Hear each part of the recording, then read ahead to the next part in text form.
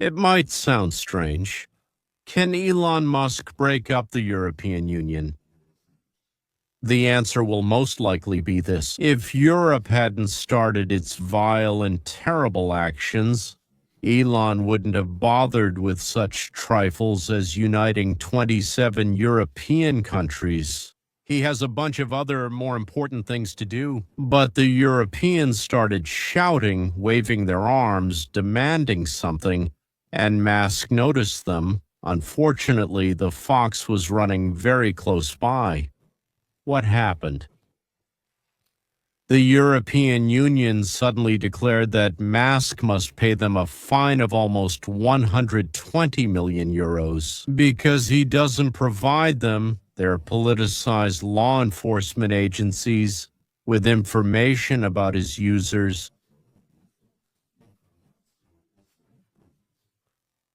They say that X is not transparent, that the European Union cannot find out who ordered, for example, political ads.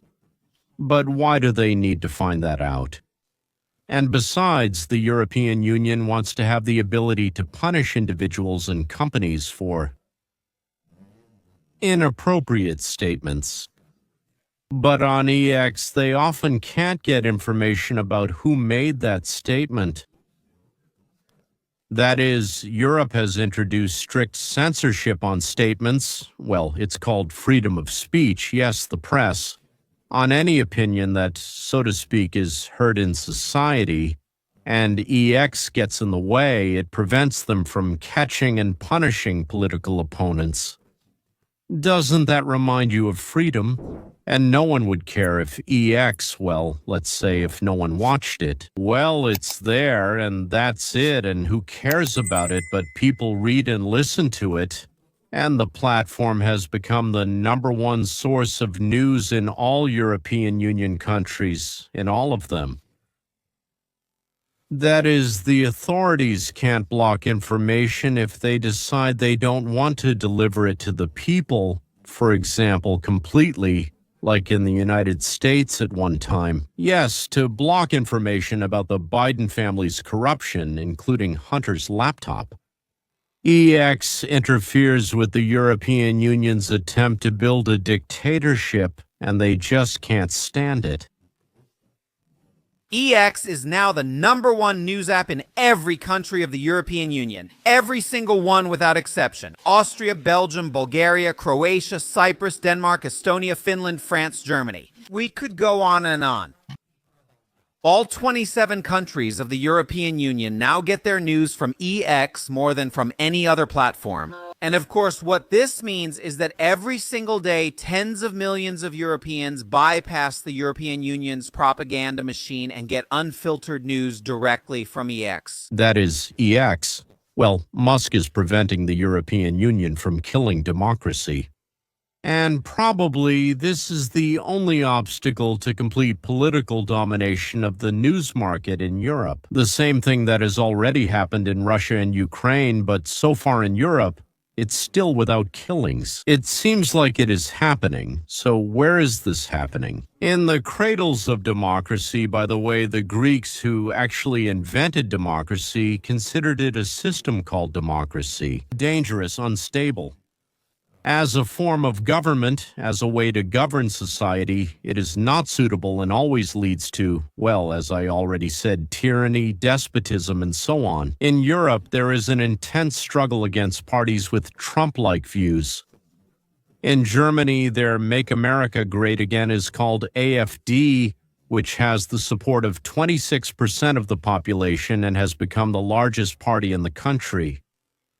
That's exactly what the authorities are afraid of. And that's why they're panicking, and for good reason. Well, look at the latest polls from Germany. The German Patriots Party, their equivalent of the Make America Great Again Party, known as ADG, or Alternative for Germany, is in first place in the polls with 26% of the vote. They always outperform the Christian Democratic Union. The Christian Democratic Union, which was Angela Merkel's party, is the party that has been in power almost every decade since the end of the war. The Nationalist Populist Party, AfD, is so popular that the German authorities are actively trying to ban it. I'm not joking. German lawmakers are using the so-called extremist classification and domestic intelligence operations to try to completely ban the AfD. German security forces on government orders. Well, it means that the party that opened the borders for Muslims and flooded Europe with them is trying to shut down all rights of movement. They want 100% control over the flow of information, and they find X 120 million euros. Well, that's about $140 million. Looks like that's just the beginning. And the same repressive tactics that we see in Berlin are being repeated by the bullies from Brussels. With this punitive fine, but the Trump administration won't tolerate it. Secretary of State Mark Rubio did not hold back. He wrote on X, quote, "The European Union's $140 million fine is not just an attack on X, but on all American tech platforms and the people coming from the internet policies of foreign governments. The days of censoring Americans on the internet are over, and then the Trump administration did something unprecedented. Within 24 hours, the State Department issued a directive to every United States embassy and consulate around the world. I'm serious, it's amazing. Deny visas to anyone working in fact-checking, content moderation, trust and safety, or combating democratic so-called disinformation. So if you've ever censored speech on the internet, you're now officially banned from entering the United States." Once again, you understand that the United States will not accept anyone as a tourist, for business, for study, or for work.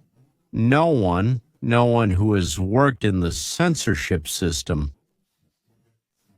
In Europe, in the new language, this is called a fact-checker, which means someone responsible for preventing information unfavorable to the authorities from reaching the public. A representative of the State Department made it clear, "We do not support foreigners coming to the United States to work as censors, silencing Americans." You are part of the oppressive apparatus. You get paid to prevent truthful information from reaching the public, and that's why we don't want you on our land. Europe needs to be very careful. They are doing a lot. We want to keep Europe as Europe. Europe is heading in the wrong direction. It's very bad for the people. We don't want Europe.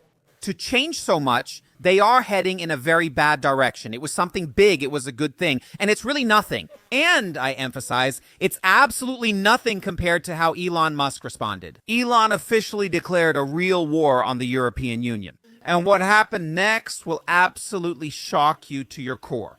Elon Musk called for shutting down the failed experiment known as the European Union. Here, he and I agreed. So, anyone who listens to my broadcasts knows how I feel about this stillborn entity, invented in the Stasi. Yes, invented in the Stasi and built by the KGB. So, the main idea was the creation made for the Czechists to seize Europe. So, the process was paused for a while because of the collapse of the Union of Soviet Socialist Republics, but it never stopped. Elon Musk is officially calling for the dissolution of the European Union. He wants the globalist monster in Brussels to be abolished, the European Union should be dissolved, and sovereignty returned to individual countries so that governments can better represent their people. Their people. The further subtitles. The more territorially distant the rulers are from the governed, the less they understand the governed, care about the governed, or act in the interests of the governed. The call to abolish the European Union is now rapidly gaining popularity all over the world on the X platform. It's just amazing, and the X platform has absolutely no intention of backing down. After the European Commission published information about the fine on its X account, the head of product at X, Nikita Beer, accused them of using a loophole in X's advertising system and, in response, completely deactivated the European Commission's advertising account.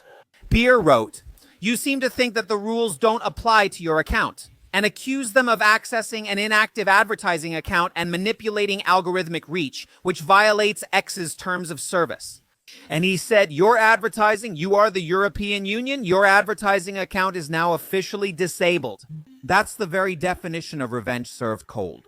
As I said earlier, we all know what's really going on here. I mean, the European Commission, a call to ban the European Union from the X platform. The call to ban the European Union is rapidly gaining popularity around the world. The call to ban the European Union is spreading worldwide on the platform. Popularity on the X platform. The call to ban the European Union is now rapidly gaining popularity around the world on the X platform. Fines amounting to up to 6% of global turnover. What if this were applied to all of Musk's companies, including SpaceX? It could literally amount to many hundreds of billions of dollars.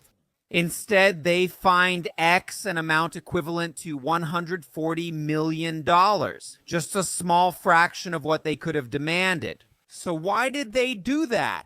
The answer is simple. They knew a bigger fine would trigger a full-scale war with Washington. That is, they make up laws there that they can activate to use fear to break the resistance of big companies. That is, to force them to participate in the enslavement of Europe, which is the goal of globalism. In fact, the servants of the people— I'm not trying to accuse the Ukrainian Servant of the People party right now. No, it's just that the servants of the people control the nations as they wish, after first completely subjugating the press and all the media. A few days ago, the United States published what we called the Trump Doctrine. This is the strategy for the foreign policy actions of the United States of America. We stated that we are moving back from the role of world policeman to the Monroe Doctrine. That is, the Western Hemisphere interests us much more than Europe, let's say the Middle East, Asia, and everything else. We will deal with our own backyard and stop being the umbrella for Europe, Israel, Japan, and so on. All these countries must defend themselves. And only if they fulfill their NATO obligations and build up their army and defense industry, only then will the United States help in case of an attack.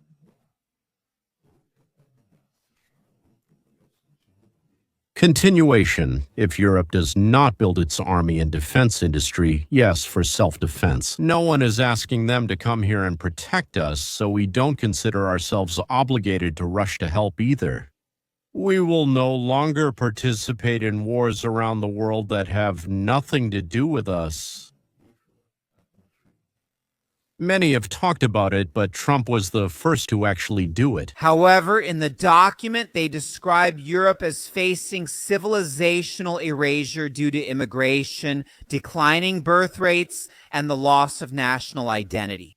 The strategy explicitly stated, we want Europe to remain European, to regain its civilizational self-confidence, and to abandon its failed course of regulatory suffocation. The document called on the United States to foster resistance in European countries and praised the rise of so-called patriotic parties across the continent. This means supporting conservative and nationalist populist movements in Europe against Brussels' globalist agenda. Europe really couldn't have found a better moment to impose this very fine for failing to comply with censorship requirements. To be continued in Vostorg? I mean, it's just amazing. I'm as close as possible to saying that America needs to talk about the necessity of RBDs. Maybe it's obvious. It's not just about the fine. It's obvious. It's not just about the European Union fine.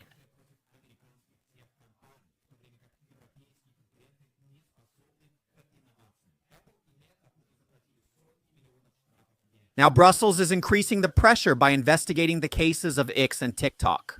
Officials from the Trump administration call the Digital Services Act a disguised tariff on American innovation. They're right. Europe can't compete, so they regulate instead. Unable to create platforms, they just fine ours.